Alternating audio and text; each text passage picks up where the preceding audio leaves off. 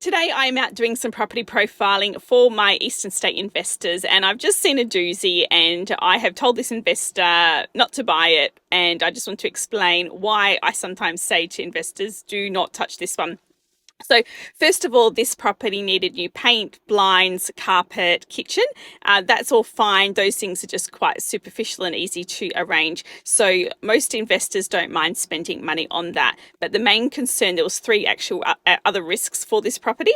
The first one being there looked like there was potential termite damage to this property. It looked more than wood rot, more termite damage, in my opinion.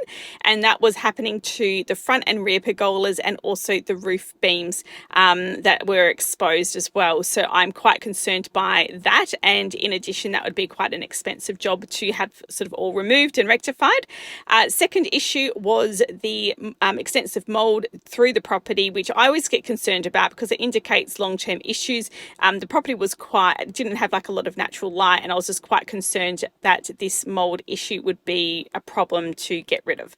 And my third reason was that there was a risk with a lot of tall trees and a lot of big trees that needed to be tree lopped to allow for a new fence. So the fence was on a massive lean, held up with rope with a tree, and all the lopping of the trees would have to be done to get the fence replaced as well. So there were three pretty significant risks associated with this property.